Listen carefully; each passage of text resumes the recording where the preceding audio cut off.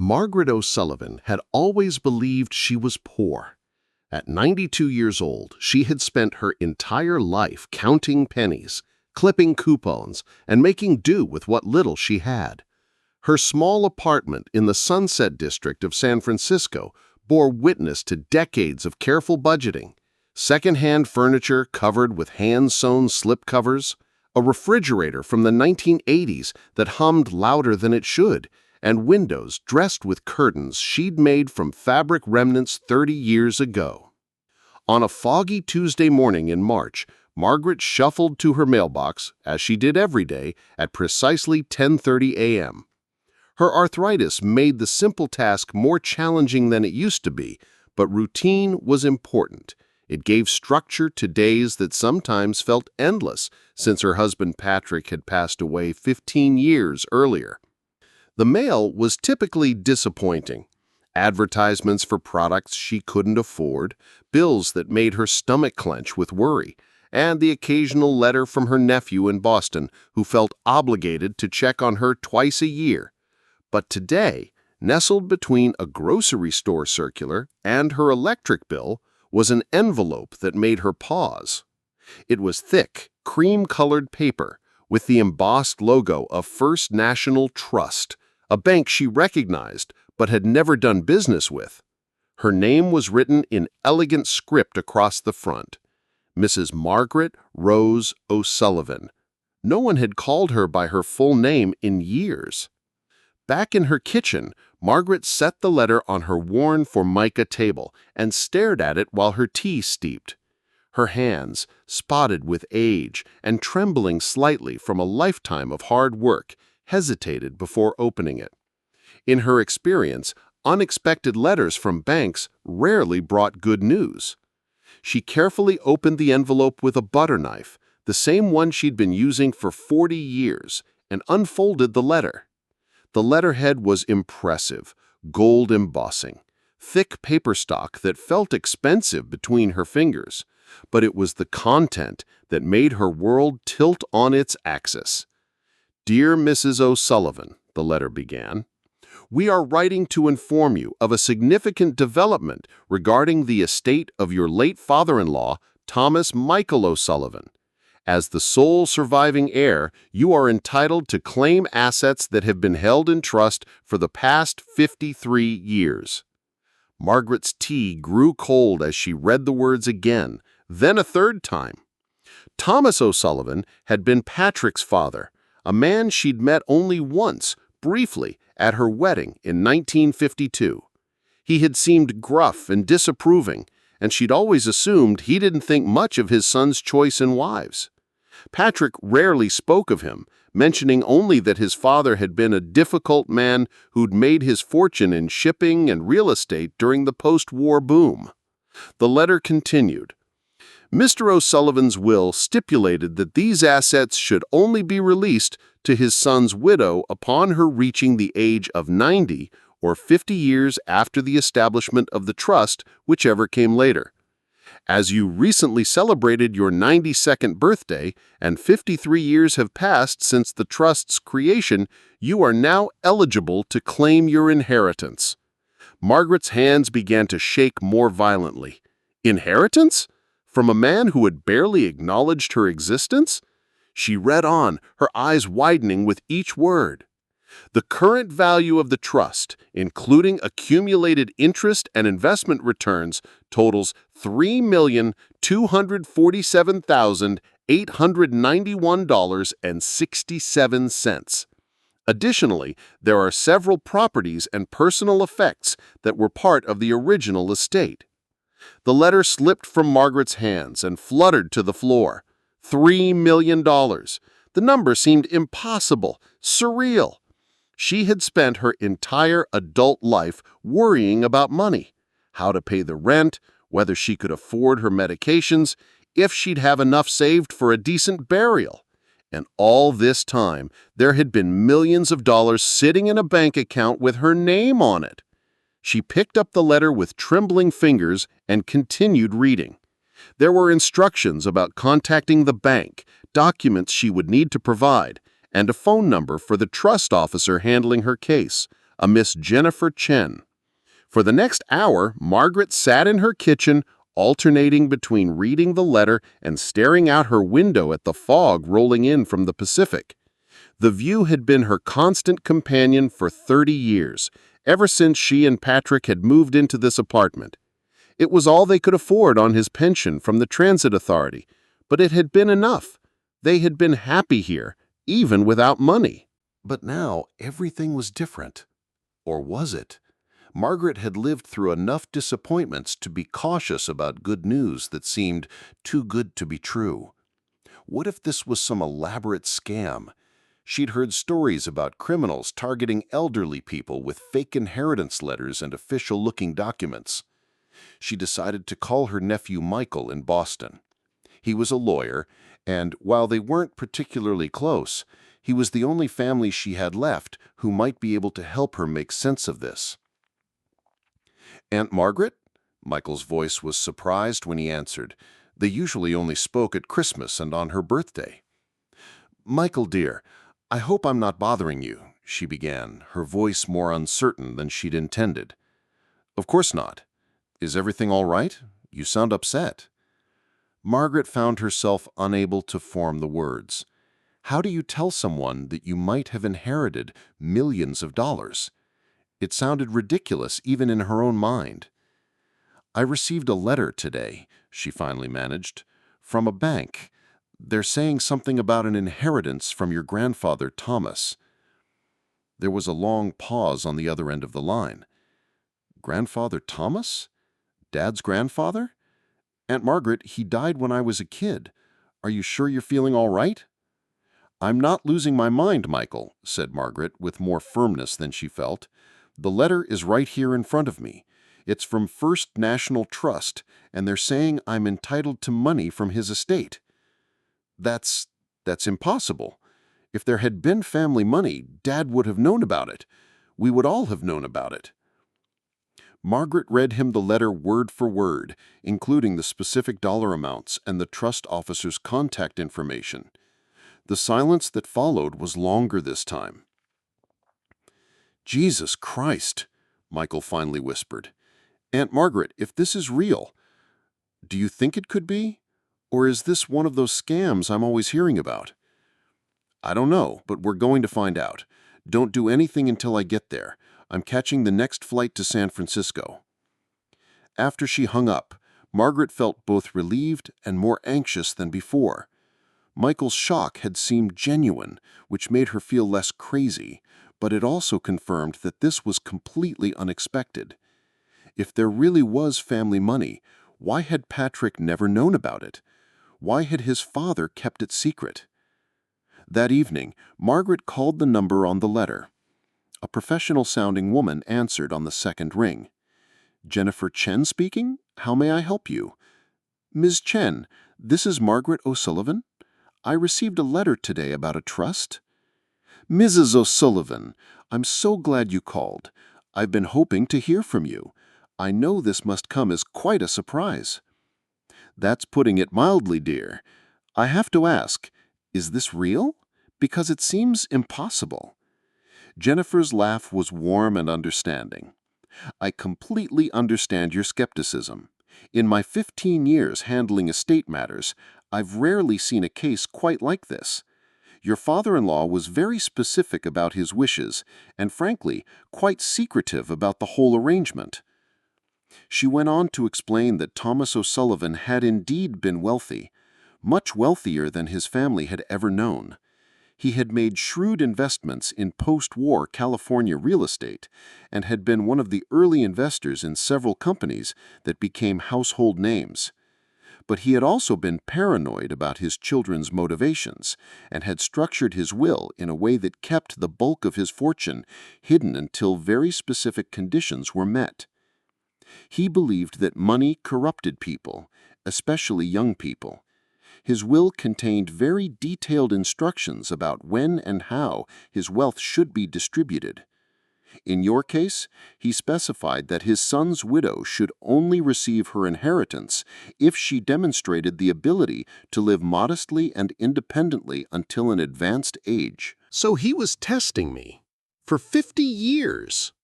In a sense, yes. He wanted to ensure that the money would go to someone who had proven they didn't need it to live a good life. Margaret thought about this as she prepared for bed that night.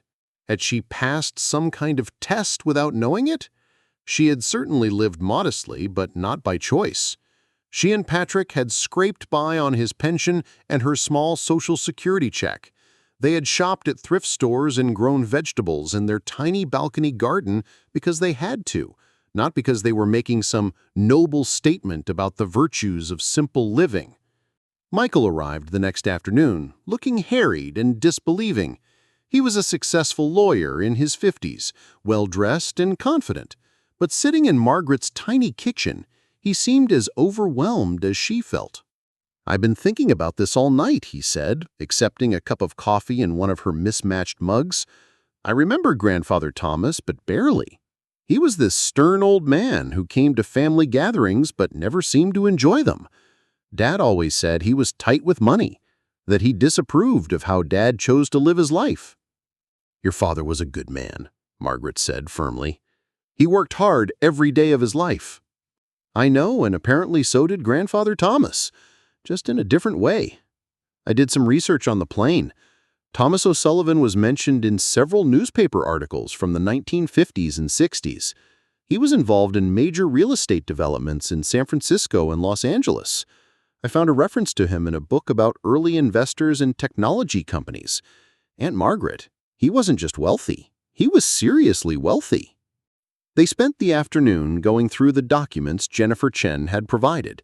There were bank statements showing the trust's growth over 5 decades, property deeds for buildings Margaret had never heard of, and investment portfolios that read like a who's who of American corporate success. "This building here," Michael said, pointing to a property deed, "this is in downtown San Francisco. If this is accurate, you own an entire city block." Margaret stared at the paper as if it might disappear if she looked hard to. "I don't understand any of this, Michael. What am I supposed to do with a city block?" "Whatever you want, Aunt Margaret. That's the point. You can sell it, keep it as an investment, donate it. It's yours." The next few weeks passed in a blur of lawyers, bankers, and financial advisors. Margaret found herself sitting in conference rooms in downtown high-rises, listening to people in expensive suits discuss her portfolio and her asset allocation strategies. She nodded and asked questions when she could think of any, but mostly she felt like an imposter in someone else's life. The hardest part was the disbelief of people who had known her for years. Mrs. Chen from the apartment downstairs couldn't understand why Margaret was suddenly hiring a cleaning service. The pharmacist at the drugstore, where she'd filled prescriptions for decades, was confused when she no longer needed to use discount programs for her medications. "I don't know how to be rich," Margaret confided to Michael during one of his visits. He had been staying with her while they sorted through the legal and financial complexities of her inheritance. "I don't think anyone really knows how to be rich," he replied. "But you'll figure it out. The important thing is that you get to choose." Choose. That was the word that kept coming back to Margaret. For the first time in her adult life, she had choices, real choices, not just decisions about which bills to pay first or whether she could afford the name-brand cereal. She started small. She bought new sheets for her bed, soft, high thread count cotton that felt like silk against her skin. She replaced her ancient refrigerator with a new one that didn't sound like a truck engine when it ran. She bought fresh flowers for her kitchen table every week, something she had only done for special occasions before. But the big decisions were harder. Financial advisors recommended investments and philanthropic strategies. Real estate agents wanted to show her luxurious condominiums and houses. Michael suggested she consider moving somewhere with better weather and lower taxes. "I don't want to move," she told him firmly. "This has been my home for 30 years. Patrick and I were happy here." "But Aunt Margaret, you could afford anything now. You could travel, see the world, buy a house with a garden." Margaret considered this. She had always wanted to travel, to see Ireland, where Patrick's family had come from, or Italy, or even just the other side of the country. The money meant she could do all of those things, but it also meant she could stay exactly where she was if that's what made her happy. One evening, as she sat in her kitchen reading the financial pages of the newspaper, something she had never done before but now felt she should understand, Margaret realized something important. The money hadn't changed who she was. She was still the same woman who preferred tea to coffee, who read mystery novels from the library, who talked to Mrs. Chen about the weather every morning when they collected their mail. What had changed was her sense of security. For the first time since Patrick's death, she wasn't afraid. She wasn't afraid of unexpected medical bills or rising rent or outliving her savings. The constant low-level anxiety that had been her companion for decades was gone. She decided to start giving money away. Not all of it. The financial advisors had made it clear that she could live very comfortably on the investment income without touching the principal, but enough to make a difference in ways that mattered to her. She started with her building. The elderly man in 3B had been struggling with medical bills after a heart attack. Margaret anonymously paid them off. The young mother in 2A, who worked 2 jobs to support her children, found an envelope under her door with enough money to pay for 6 months of childcare.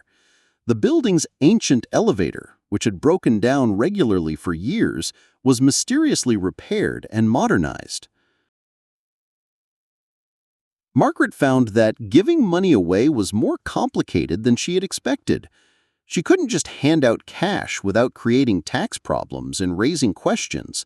She hired a lawyer who specialized in charitable giving to help her structure her donations properly.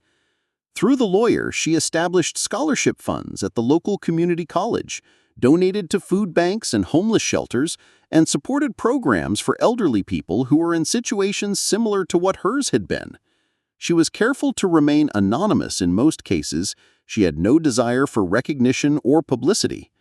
The irony wasn't lost on her. For 50 years, she had lived as if she were poor, and in many ways, that experience had made her a better steward of wealth than she might have been otherwise. She understood the value of money because she had lived without it. She knew what it meant to worry about every expense, to make difficult choices between necessities. 6 months after receiving the letter that changed her life, Margaret established a trust of her own. The Thomas O'Sullivan Foundation would provide financial assistance to elderly people facing unexpected hardships, medical bills, housing costs, basic necessities. The foundation's mission statement was simple: to ensure that no senior citizen should have to choose between medicine and food, between heating and housing, between dignity and survival. Michael helped her with the legal paperwork, but the vision was entirely hers. "Grandfather Thomas wanted to test whether you could live without money," he said as they reviewed the foundation documents. "I think he'd be proud to see what you're doing with it." Margaret wasn't sure about that. She never really understood Thomas O'Sullivan's motivations. Why keep his wealth secret from his son? Why create so elaborate conditions for its distribution? But she was beginning to think that maybe the specifics didn't matter. What mattered was what she did with the opportunity she had been given. A year after receiving the letter, Margaret was still living in the same apartment, though it was considerably more comfortable now. She had hired a housekeeper who came twice a week, more for the company than because she needed the help. She had updated her kitchen appliances and bought a new sofa, but the basic character of her home remained the same. She had traveled some, a wonderful trip to Ireland where she visited the village where Patrick's grandparents had been born, and a cruise through the Mediterranean that she enjoyed more than she expected. But she always came home to San Francisco, to her view of the fog rolling in from the Pacific, to her neighbors and her routines. The foundation had given away nearly $500,000 in its first year, helping hundreds of elderly people across the city. Margaret received letters of thanks, and sometimes she would visit the people she had helped, though always discreetly. She particularly remembered an 89-year-old man whose apartment building had been sold to developers. The foundation had helped him find and afford a new place to live, And when Margaret met him at the dedication of a senior center a foundation had helped fund, he hugged her with tears in his eyes. "I don't know who you people are, but you saved my life." On a foggy Tuesday morning in March, exactly 2 years after receiving the letter that changed everything, Margaret sat in her kitchen with her morning tea and thought about the strange path her life had taken. She was still the same person she had always been, but she was also completely different. She had security, choices, and the ability to help others in ways she had never imagined possible. The money had given her freedom, but not the kind of freedom she had expected. It wasn't the freedom to buy expensive things or live a life of luxury. It was the freedom to be generous, to take risks, to help others,